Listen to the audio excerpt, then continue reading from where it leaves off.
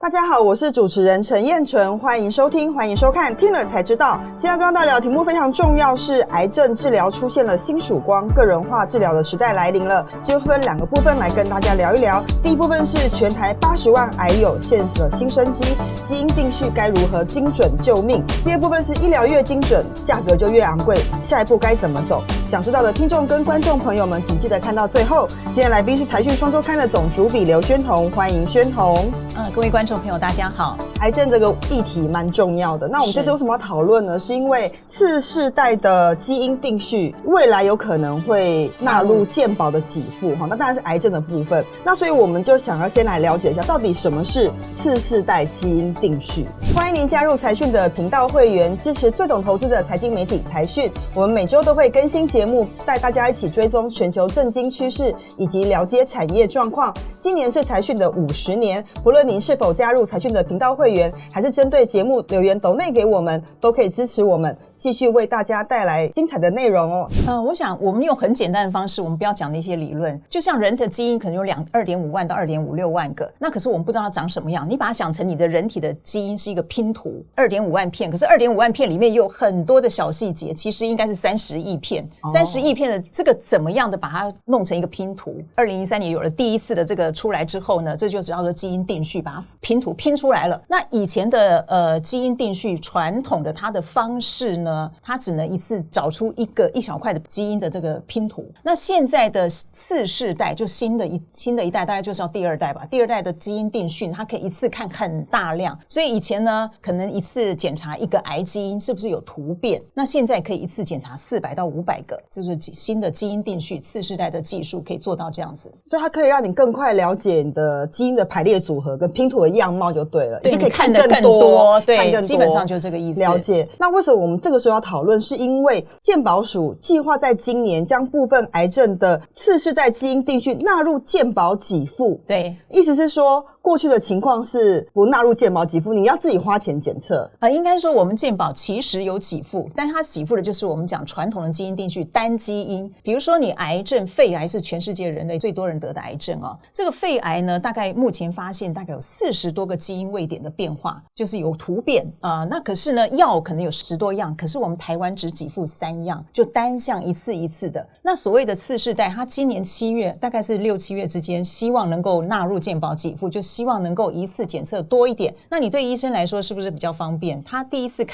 只看到一个，下一次发觉这个有抗药性了，他又要再找第二个，是不是时间一直拖下去？可是如果健保纳入给付，他就可以一次看多一点。那当然我们不知道健保会给付多少样，他还在协商，但是你看得多一点，医生就比较好治疗，知道下一步该怎么办。所以这是对于台湾的个人医疗算是一个蛮重要的里程碑嘛。那等于是针对你的个人的体质的基因的变化，对，来对症下药的味道。是。那过去呢，可能是做单一少量的检测，它现在可以做更大量的检测，可以让医生更有效率的找出正确的治疗方法。对，因为每个人突变的不一样啊，对不对？你可能给付的某一个，结果你刚好没有，那你是不是下一个一直找不到，然后又没有给付很多？但是一个产业，就说一个治疗方法要形成，它一定背后很多产业因素带动起来，包括技术突破啦，包括成本之类的。这边我想要请这个宣彤继续往下讲，就是说到底是哪些技术的突破，或者是政策法规的突破，让这个精准医疗可以在整个全球，甚至在台湾越来越蓬勃发展。第一件事，2003年我刚刚已经提到了，人类第一个基因图谱是全世界合作的，终于把人类的这个拼图完成了，都已经知道这到底怎么样排列组合的。对，大概他们说看到90%而已，不是全部啊。可是这花了13年，整整13年，全世界的努力，而且花了30亿美元。好，这是第一关。那终于知道，那研究界就开始去研发，你终于知道那个基因长什么样，那你就可以抓到什么样的突变造成什么疾病，开始研究。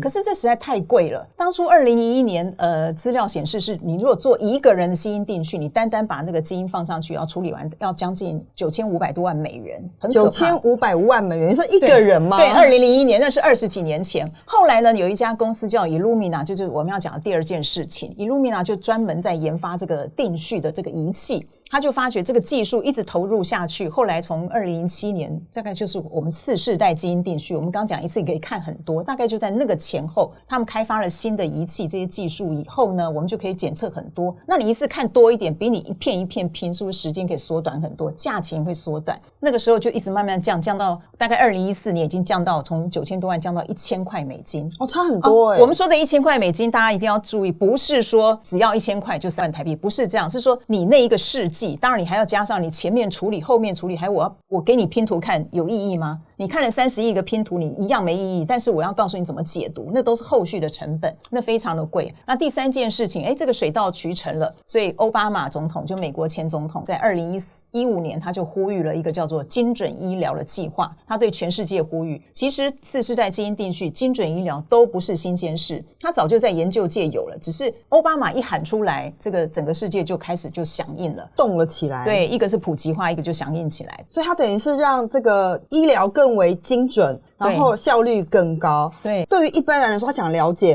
到底精准医疗的时代来临的时候 ，NGS 要怎么应用在癌症的治疗上面哈？有些流程是不是可以跟我们观众说明一下？因为现在政府没有给付，那我们知道一些有能力的人，他可能自己家人亲属得到癌症，他就会自费。那我们就是怎么样？就是请那个医生呢，他就会收集你的癌组织的检体，检体呢，他是送到病理室，那病理室他就会做一些处理，然后拿出样本。那这个东西的以前呢，我们都是基本上大部分都是送到美国的罗氏集团下面有一个 Foundation Medicine， 因为它做的最大。当然台湾也有部分。好，我们就不管怎么样，就是说他要送到一个合格的实验室，那这个实验室的合格性可能就是由各国政府去决定。好，这实验室它就会把这个你送来的样本萃取出它的核酸，就是我们人类的那个基本的那个基因的组成核酸哦。核酸它萃取以后，它再把一些资料什么东西放在试剂上，放到仪器里面，然后就开始叫做定序的过程出来以后，它还要有一些厂商提供演算法，那些演算法跟数据、生物资讯分析那些东西，你才可以比对你的拼图跟正常的拼图哪里不一样。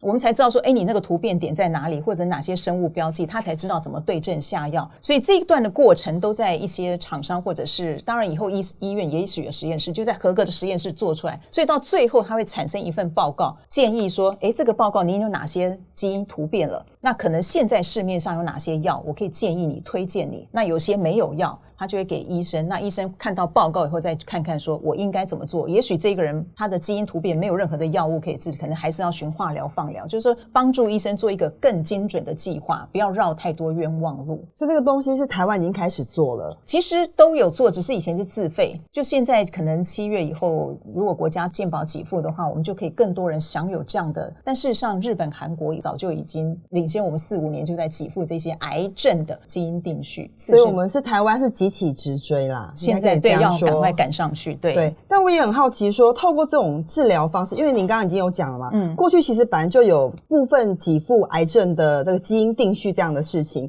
就成效上来说，可以跟大家说明一下说为什么这件事情对癌症治疗这么重要？因为现在没有，我们台湾并没有这样的给付，都是自费嘛，所以它没有一个正确数字，国际间也没有说一定有这样算。可是呢，我们可以从这个20年来看好了，我们用肺癌来说，肺癌是全世界包括台湾也是死亡最多的癌症人数。我们大家都在讲5年的存活率，就你离癌之后你5年可以存活多少。20年前我们的肺癌大概是 12.6%，那现在呢大概是 40%， 从12% 到 40%， 这中间很大一个东西就是第一个是我们健诊意识提高了，现在大家会去健检嘛。第二个是你记不记得2022年的7月1号开始有第一剂量的断层扫描给付，纳入给付，那也是政府一个德政，所以很多人就很早期发现癌症，所以它的整个存活率拉高。但是呢这几年也有很多是因为标靶药物其实就针对我们这个基因定序这些去找出你的特殊的那个变异的地方。那所以这几年的话，其实全世界因为我们很多人还是用自费的，那些标靶药物上来，次世代基因定序普及后，也有帮助这个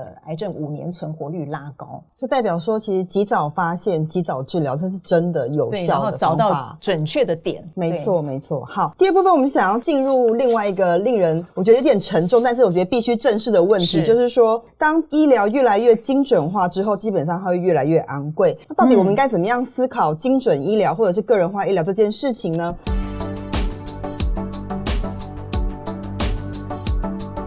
这次我们其实访了台大癌医分院的院长杨志新院长那他其实聊了蛮多我觉得非常重要的观点，我觉得想请这个宣彤一一来分享一下。我想第一个就是说，我们一定要先讲一个前提，我们今天讲这个题目其实只是要抛砖引玉，告诉大家说，很多人因为没有接触过癌症这些，你会觉得说这个好像不重要，可是当你有亲人的时候，你就觉得这个其实你会发现它很重要。那我们现在在讲的说，就是说它这个是抛出一个议题，就是台湾的精准医疗到底发展到什么程度？这个东西刚才主持人已经讲了，就是说以后一定越来越贵。我们想想看，我们做一个手机或做一个电子产品，客制化就会比较贵，一定贵的。对，那你越来越针对你个人的那些特殊突变的基因的话，那一定越来越贵。那我找到了你的基因突变之后，找到那些点，我下一步是不是要有药？那现在全世界都还在努力的开发，而且进步越来越快，那个药其实是蛮贵的，越精准就越贵。那我们健保体系8000多亿，那请问以后越来越多，你到底要不要给付？对啊，这也是个大问题。对，那这些东西我们很多的人要开始，政府一定要省思嘛。所以我们这一次也访了这个石崇良健保署署长，他也知道这个问题，政府就会想说我要用什么方式把这个药引进，甚至透过我们的生物资料库跟国际大药厂合作，赠药捐药都有可能哦，这些是一个重点。那还有就是我们自己的这个医生端也要开始认识，其实杨志新讲了一个重点，就是说不要再固守在自己好像什么都会，越来的科技越来越进步，就像他是做内科，然后就肿瘤内科在做肺癌，你叫他去讲其他癌症，他也承认他只能讲一个大概，他没有办法专精，因为药越来越多，医材也越来越多，现在手术啊放疗那些全部都在进步，所以每一个医生的那个专科化会越来越专，要跨领域了。对，所以医生也要非常的跨领域，这是一个部分。那再来就是社会大众，刚才我们讲了健保这个部分，其实他提到一个点，就我觉得真的大家可以省思，就是你要投资你的健康。比如说假设今天健保费要涨，大家会觉得有钱人不 care 啊，涨不涨我都不介意，因为他资源多啊。对啊，你涨一点对我来说没什么。那通常自认为没钱人就觉得我就是不要涨健保，我为什么要涨健保？可是问题是你有没有想过，哪一天越来越贵的时候，那些有钱人富豪的他可能可以用自费，他无所谓，可是我们自认为没钱的人，我们可能就没有办法，因为我们资源相对有限啦。对，所以倒不是说我们今天要讨论说健保要不要涨价议题，而是他认为说如果再碰到这样下次健保涨价的议题，这些自认为没钱的民众呢，大家也要想一想你要不要支持这样。因为我们的医疗支出大概占 GDP 的 6.2%， 那健保支出8400亿大概占 3.6%， 其实这大部分表示说这么大的庞大经济体我们只花这么少钱，而且我们是自己有付健保费哦，然后很多医疗费也是自费的，所以其实税收在这里还是不够多，所以这个问题就是说以后大家都要放在心上，放在心里面讲说，因为其实环境已经不太一样，如果你光就健保费的锱铢必较，你忘了大环境的改变跟医疗方向的这个精进的时候，你可能就会顾此失彼而缺乏全盘的考量啦。我最后再补充一个小小我觉得还是很重要，就是其实石崇良跟杨志新都有谈到这一点，就是说我们如果今天没有次世代基因定序，我们就不会想说去纳入健保的药，你今天有了基因定序，大家就会发现我为什么没药，那药就要赶快引进。对，假设我们的药没有进来，我今天临床试验是做什么，就是比较我跟现有的疗法有没有比它更好，对不对？那你想一个情况哦，我们台湾如果一直没有引进新的药进来，我们的病人都是用比较上一代的药，那请问他药厂要做临床试验，他找不到可以对应的那群病人，他挑不到病人，他就慢慢不来台湾，他就会到别的地方找病人。所以这也是我们这一次为什么石崇良署长也是跟我们一直讲说，他次世代基因定序开放，让大家更多癌药会进来，然后更多资助，大家注意到这件事，国际上的临床才会进来，我们的医生才可以一直 improve 上去，才可以变成国际医疗中心，不然永远用2300万人，我们支撑不了这个医疗技术的进步，跟支撑不了我们现在的这整个台湾的这个医疗的环境。没错，因为其实过去台湾的医疗其实是非常前进的，是，但碍于我们的市场有限的关系，那现在因为国际的全球技术进步越来越快，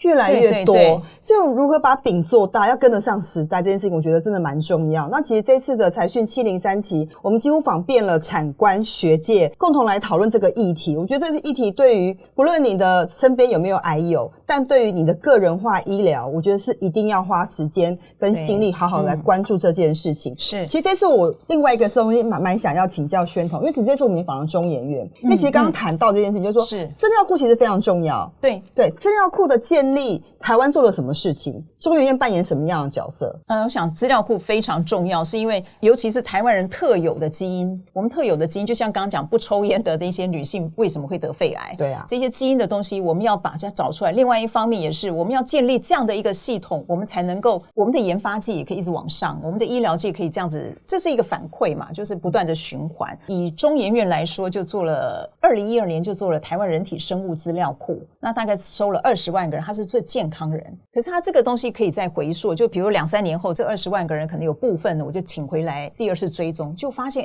可能里面有600个人得了癌症了。那他是不是他的资料就可以从健康人到不健康到生病，就很完整，他就可以一直这个资料库就一直延续下去。那将来他再怎么样一直回来的时候，这个医生也可以，学术界或医界可以从里面去找资料。当然我们都是匿名，他都去匿名的，用这些资料来做一些学术研究，发现说台湾有什么特别。好，这是一个。那中研院还有一个比较知名叫台湾精准医疗计划，那它是跟所有的医院合作，所以它是50万个人计划，是跟医院，就是所有的人基本上就是生病的人。好，就是这些资料库。再一个比较有名的是一个陈玉如特聘研究员他做的一个癌症登月计划，他就是跟我们刚刚讲的美国的美国的做接轨。对，那他就针对台湾特有的，第一个是肺癌，他就是针对肺癌去做。其实台湾的这个不抽烟女性为什么得癌症的这个基因已经被他们找到了，就是透过这样的计划东西方合作去找，我才知道原来东西方的罹癌的原因即使是肺癌原因都不太一样，因为基因不一样所以原因就不一样。对对，都有可能。了解，所以治疗方法也会变得不太一样。所以资料库其实很重要。那石崇良署长也讲说，卫福部也做了一个叫做国家人体生物资料库整合的这个平台，他也是希望整合所有人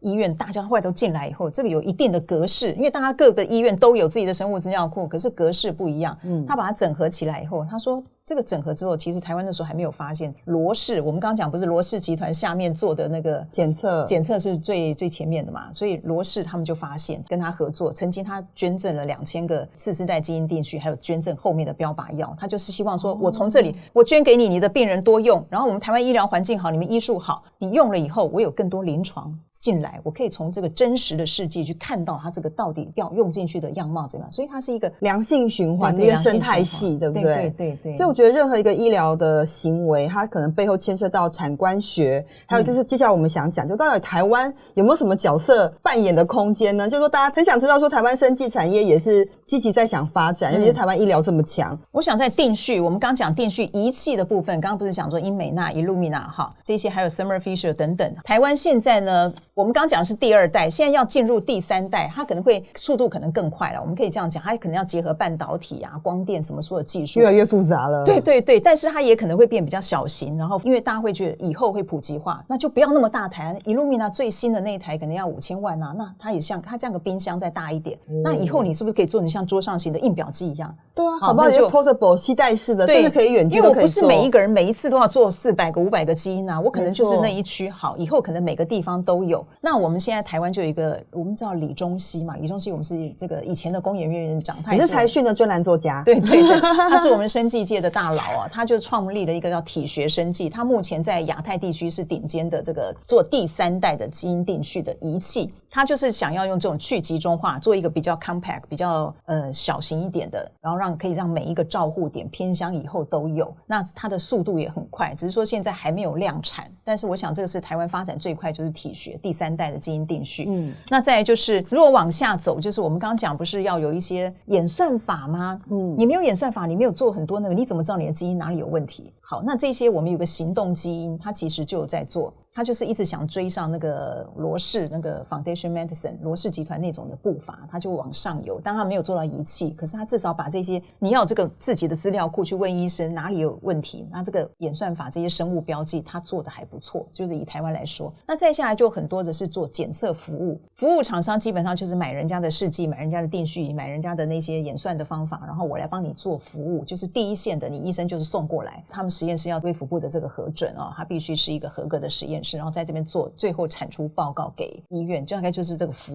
务的厂商，什么金万林啊、基米啊，或者惠智啊、力宝啊，什么这些，其实台湾比较多在这里。那每一个家公司也都有它的强项。对，我觉得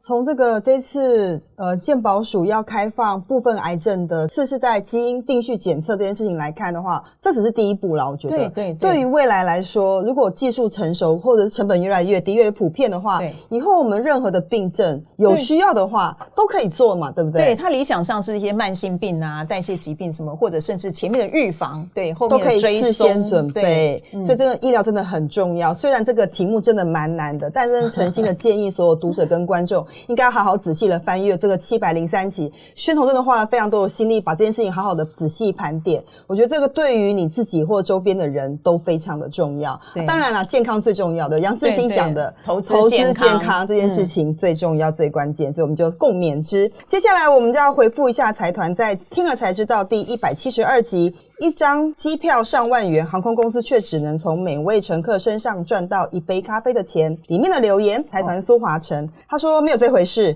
疫情的时候没有赚钱是真的，但是之后赚很多，这是为什么长荣机师出来示威，最后加薪，而且年终6个月。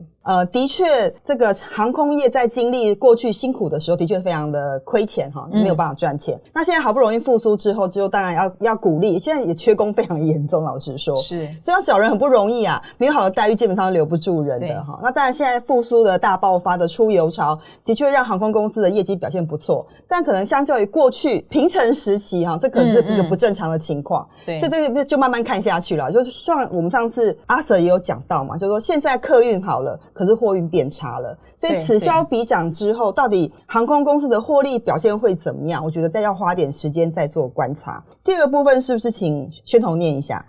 有一个杨博尧，这个我们的财团的粉丝，他说这是不是暗示一股股价赚一杯咖啡的钱？因为以前航空股好像都蛮低价，对不对？是，但好像也没有这么低吧。当然，我们不是这样暗示的，对，我们不是这样暗示。对。但我觉得这个网友的联想蛮有趣的，蛮有趣的。是。那总之，航空业的发展我们会持续为大家关注。那这个也是财讯长期以来对于产业追踪的这个本分啦。好，那我们会继续帮大家观察跟这个追踪下去。这个感谢大家收听今天的节目，也感谢宣彤的分享。如果你喜欢财讯的内容，并愿意支持我们，欢迎加入财讯的频道会员，并成为财团的一份子。听了才知道，我们下次再见，拜拜。